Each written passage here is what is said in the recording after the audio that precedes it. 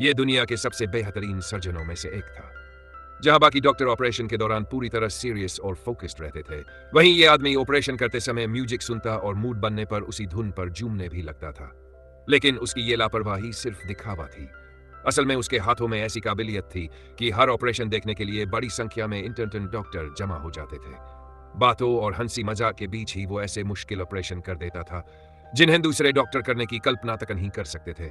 और हैरानी की बात यह थी कि पूरा ऑपरेशन अक्सर सिर्फ एक गाने के खत्म होने तक पूरा हो जाता था। उसका नाम था स्टीफन स्ट्रैंड का। ये जीनियस डॉक्टर कम उम्र में ही करोड़ों की संपत्ति का मालिक बन चुका था। उसके पास दुनिया की महंगी घड़ियों का शानदार कलेक्शन था। हजारों स्क्वायर फीट के आलीशान घर उसके नाम थे और यहां तक कि सब्जियां खरीदने लिए भी उसकी गाड़ी कोई साधारण कार नहीं बल्कि रोल्स रॉयस जैसी लग्जरी कार होती थी। लेकिन जिंदगी का यह शानदार दौर एक भयानक कार एक्सीडेंट के बाद पूरी तरह बदल गया। जब स्टीफन को होश आया और उसने अपने हाथों को देखा तो उसकी उंगलियों और हथेलियों में कई स्टील के पिन लगे हुए थे।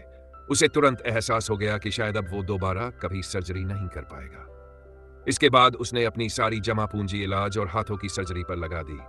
उसने बार बार अपने हाथों को ठीक करवाने की कोशिश की, लेकिन कोई खास सुधार नहीं हुआ। महंगे इलाज की वजह से उसका पैसा लगातार खत्म होता गया। उसके दोस्त भी धीरे धीरे उससे दूर होने लगे और आखिरकार उसकी गर्लफ्रेंड ने भी उसका साथ छोड़ दिया। पूरी तरह टूट चुके स्टीफन को तभी एक अजीब मेडिकल रिपोर्ट के बारे में पता चला। उसमें एक ऐसे आदमी का जिक्र था जिसकी रीढ़ की हड्डी बुरी तरह खराब हो चुकी थी और स्टीफन ने खुद उसे जिंदगी भर के लिए अपाहिज घोषित किया था। लेकिन अब वही आदमी अपने पैरों पर खड़ा होकर खेल के मैदान में ऐसे दौड़ रहा था जैसे उसे कभी कोई बीमारी हुई ही न हो। स्टीफन अपनी आंखों पर यकीन नहीं कर पा रहा था। उसने उस आदमी से इसका राज पूछा। शुरुआत में वो आदमी उससे बात करने के लिए तैयार नहीं था, लेकिन जब स्टीफन ने अपने घायल हाथ दिखाए तब उसने बताया कि वो कामरताज नाम की एक जगह पर जाकर ठीक हुआ था। बस फिर क्या था? जैसे ही स्टीफन को लगा कि उसके हाथ भी ठीक हो सकते हैं, उसने अपनी बची खुची संपत्ति तक बेच दी और नेपाल के लिए निकल पड़ा। लेकिन वहां पहुंचकर उसे कुछ भी समझ नहीं आ रहा था। जगह उसके लिए बिल्कुल अनजान थी। तभी एक सुनसान गली में कुछ स्थानीय बदमाशों ने उसे घेर लिया और उसकी जमकर पिटाई कर दी। इसी दौरान उसकी मुलाकात मोडो नाम के एक रहस्यमयी आदमी से हुई। मोडो की मदद से स्टीफन आखिरकार उस जगह तक पहुंच गया जहां उसकी मुलाकात प्राचीन गुरु एंशिएंट वन से हुई।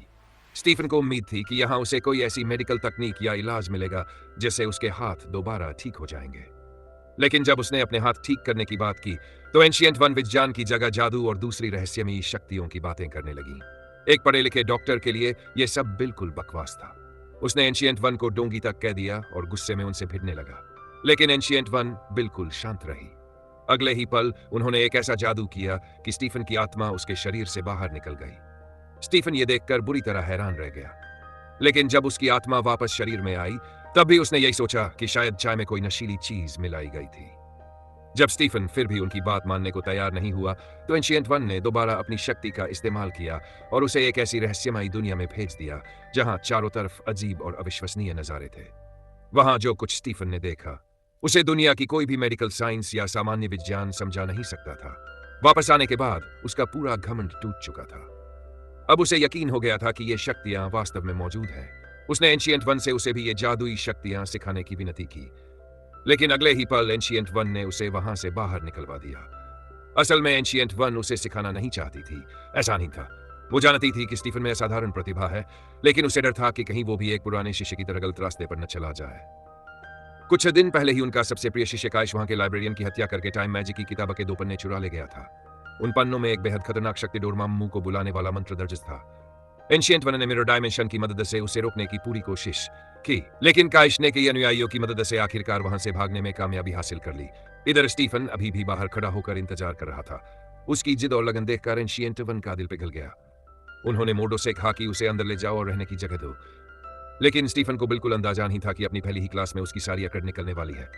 दूसरे छात्र आसानी से अपने हाथों से जादुई गोल घेरे बना रहे, लेकिन स्टीफन काफी देर तक कोशिश करता रहा और उसके हाथ से सिर्फ कुछ छोटी सी चिंगारियां ही निकल एंशिएंट वन उसकी हालत देखने पहुंची तो स्टीफन ने तुरंत बहाना बना दिया कि उसके हाथ अभी एक्सीडेंट की वजह से पूरी तरह ठीक नहीं हुए हैं। लेकिन तभी एक हाथ से काम करने वाला बूढ़ा आदमी सामने आया और उसने स्टीफन के इस बहाने की ऐसी पोल खोली कि उसकी सारी अकड़ वहीं खत्म हो गई। एंशिएंट वन ने स्टीफन की असली क्षमता जगाने के लिए उसे हिमालय की एक बर्फीली चोटी पर पहुंचा दिया। वहां इतनी भयंकर ठंड थी कि कुछ ही सेकंड में एक हाथी तक जमकर मर सकता था और स्टीफन ने सिर्फ एक टी शर्ट पहन रखी थी।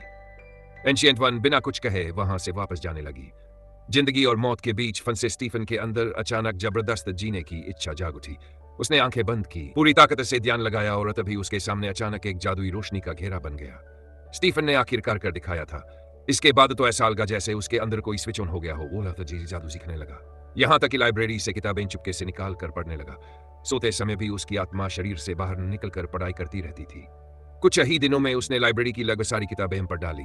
एक रात लाइब्रेरियन के वहां न होने का फायदा उठाकर स्टीफन ने उस पुरानी किताब को निकाल लिया जिसे काफी समय से सील करके रखा गया था। उसने किताब में लिखे मंत्र के हाथों से मुद्रा बनाई और देखते ही देखते आईएफ का मुट्ठू खुल गया। इसके बाद उसने टाइम मैजिक का इस्तेमाल करना शुरू किया, लेकिन तभी उसे पता चला कि उस किताब के कुछ पन्ने पहले ही काइश चुरा चुका था। स्टीफन अभी उस जादू को ठीक से समझ भी नहीं पाया था कि अचानक स्पेस में एक खतरनाक पैराडॉक्स पैदा हो गया।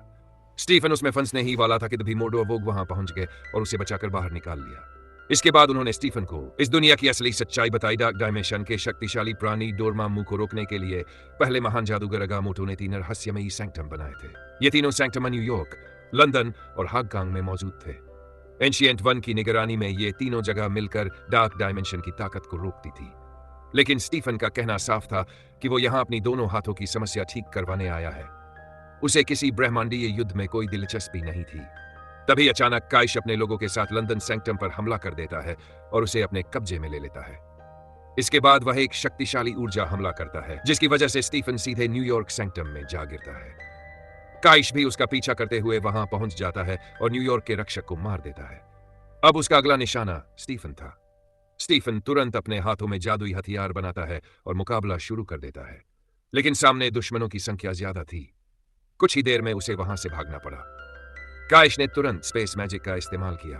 उसके जादू से पूरा गलियारा टेढ़ा मेढ़ा होकर घूमने लगा और स्टीफन जितना आगे बढ़ता उतना ही उसी जगह वापस आ जाता। डोरमामू की शक्ति के दम पर काइश उसे अपने इशारों पर नचा रहा था, लेकिन स्टीफन भी इतनी आसानी से हार मानने वाला नहीं था। सही मौका देखते ही उसने एक दुश्मन को जोरदार लात मारी और उसे सीधे रेगिस्तान में भेज दिया। फिर दूसरे को पकड़कर घुमाया और उसे एक घने जंगल में फेंक दिया। अब सामने सिर्फ बचा था, लेकिन फिर भी स्टीफन उसके सामने कमजोर पड़ गया। काइश ने उसे लात मारकर सीढ़ी से नीचे गिरा दिया। तभी अचानक स्टीफन की जादुई के पने उसकी मदद की और उसे संभाल लिया। यही से डॉक्टर स्ट्रेंज की असली एंट्री होती है। केप के इशारे पर स्टीफन ने दीवार पर लगा लोहे का एक ढांचा उठाया और काइश की तरफ फेंक दिया। हमला इतना स्टीफन बुरी तरह फंस गया, लेकिन काइश ने स्टीफन को एक चौंकाने वाली बात बताई। उसके मुताबिक एंशिएंट वन कोई महान संत नहीं बल्कि एक बहुत बड़ा झूठ बोलने वाली थी। वह बाहर से डार्क मैजिक के खिलाफ लड़ने का दिखावा करती थी, लेकिन असल में खुद डार्क डायमेंशन की शक्ति का इस्तेमाल करके अमर रहना चाहती थी। स्टीफन अपने गुरु के बारे में यह बात मानने को तैयार नहीं था। तभी काइश के एक साथी ने हमला कर दिया, लेकिन जादुई केप ने फिर से स्टीफन की मदद करते हुए उसे पकड़ लिया। मौका मिलते ही स्टीफन ने किसी तरह एक स्पेस पोर्टल खोला और सीधे उस अस्पताल में पहुंच गया सब जहां उसकी पूर्व गर्लफ्रेंड क्रिस्टीन काम करती थी। क्रिस्टीन ने उसे संभाला और ऑपरेशन थिएटर तक ले गई। जैसे ही स्टीफन बेड पर लेटा वो बेहोश हो गया, लेकिन तभी उसकी आत्मा अचानक शरीर से बाहर निकल गई। क्रिस्टीन देखकर बुरी तरह घबरा गई। उधर जादुई के पमे फंसा काइश का एक साथी भी अपनी आत्मा के जरिए स्टीफन का पीछा करते हुए अस्पताल तक पहुंच गया। शुरुआत में स्टीफन उसके सामने टिक नहीं पा रहा था, लेकिन क्रिस्टीन की मदद से उसे अपनी ताकत संभालने का मौका मिला। अचानक स्टीफन के अंदर जबरदस्त ऊर्जा पैदा हुई और उसने अपनी पूरी शक्ति से उस दुश्मन को पीछे धकेल दिया। इसके बाद स्टीफन वापस सैंक्टम पहुंचा, लेकिन तब तक काइश वहां से फरार हो चुका था। अब स्टीफन सीधे एंशिएंट वन के पास पहुंचा और उससे सवाल किया कि क्या काइश सच कह रहा था। क्या एंशिएंट वन वाकई डार्क डायमेंशन की शक्ति का इस्तेमाल करके खुद को अमर बनाए हुए थी।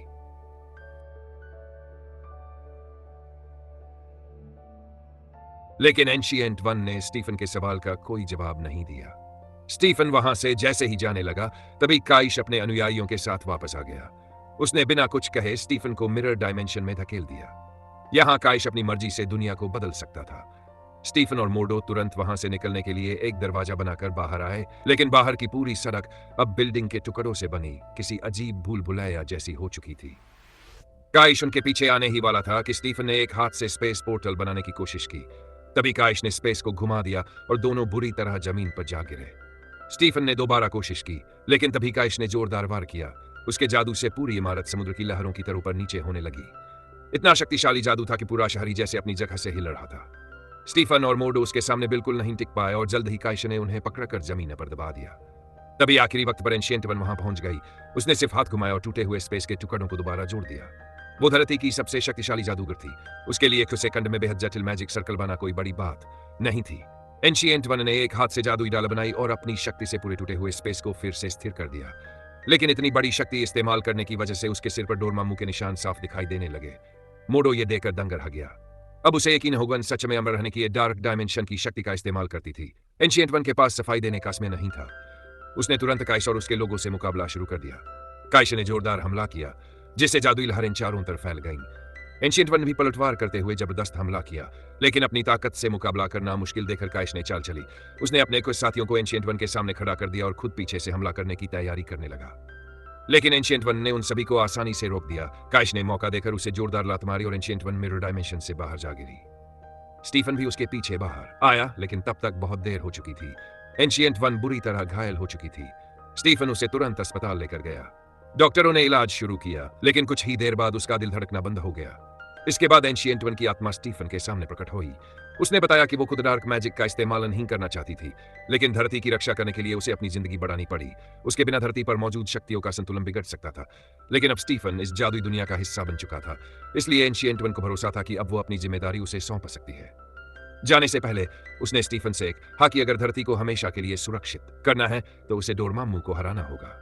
यह कहकर एंशिएंट वन की आत्मा हमेशा के लिए गायब हो गई। अब स्टीफन को पहली बार एहसास हुआ कि उसके कंधों पर कितनी बड़ी जिम्मेदारी आ चुकी है। दूसरी तरफ काइश आखिरी सैंक्टम यानी हांगकांग सैंक्टम पहुंच चुका था। अगर यह भी नष्ट हो जाता तो डोरमामू अपनी कैद से आजाद हो जाता। स्टीफन और उसके साथी जब वहां पहुंचे तब तक बहुत देर हो चुकी थी। सैंक्टम नष्ट हो चुका था और डोरमामू आसपास की पूरी दुनिया को निगलना शुरू कर चुका था। सब कुछ खत्म होता हुआ देखकर भी स्टीफन ने हार नहीं मानी। अचानक उसे एक तरीका सूझा। उसने दोनों हाथों से जादुई मुद्रा बनाई और फिर से आईएफ अगामोटो खोल दिया। काइश भी हमला करने के लिए उसकी तरफ बढ़ा, लेकिन स्टीफन ने टाइम मैजिक की मदद से उसे रोक दिया। इसके बाद उसने टाइम मैजिक घुमाया और आसपास की पूरी दुनिया उल्टी दिशा में चलने लगी। टूटी हुई चीजें वापस अपनी जगह आने लगीं, लेकिन काइश ने डोरमामू की शक्ति का इस्तेमाल करके खुद को इस जादू से आजाद कर लिया। इसके बाद उसने स्टीफन पर लगातार हमला शुरू कर दिया। दोनों के बीच जबरदस्त लड़ाई होने लगी। तभी मोडो ने पीछे से लोहे की जंजीर जैसी जायपट्टी फेंकी और काइश को दीवार से बांध दिया। सैंक्टम दोबारा ठीक होने वाला कि काइश ने खुद को छुड़ा लिया और जमीन पर जोरदार वार किया। एक शक्तिशाली शॉकवेव से स्टीफन दूर जा गिरा और उसका टाइम मैजिक भी टूट गया। आसपास की दुनिया फिर से स्थिर हो गई और डोरमामू ने दोबारा सब कुछ निगलना शुरू कर दिया।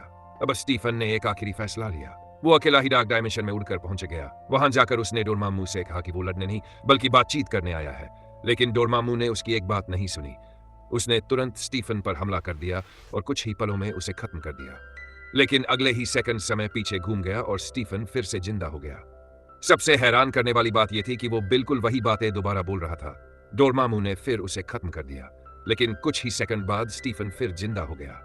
तीसरी बार, चौथी बार, पांचवी बार स्टीफन बार बार वापस आता रहा। डोरमामू जितनी बार उसे खत्म करता, टाइम लूप उसे फिर से उसी जगह ले आता।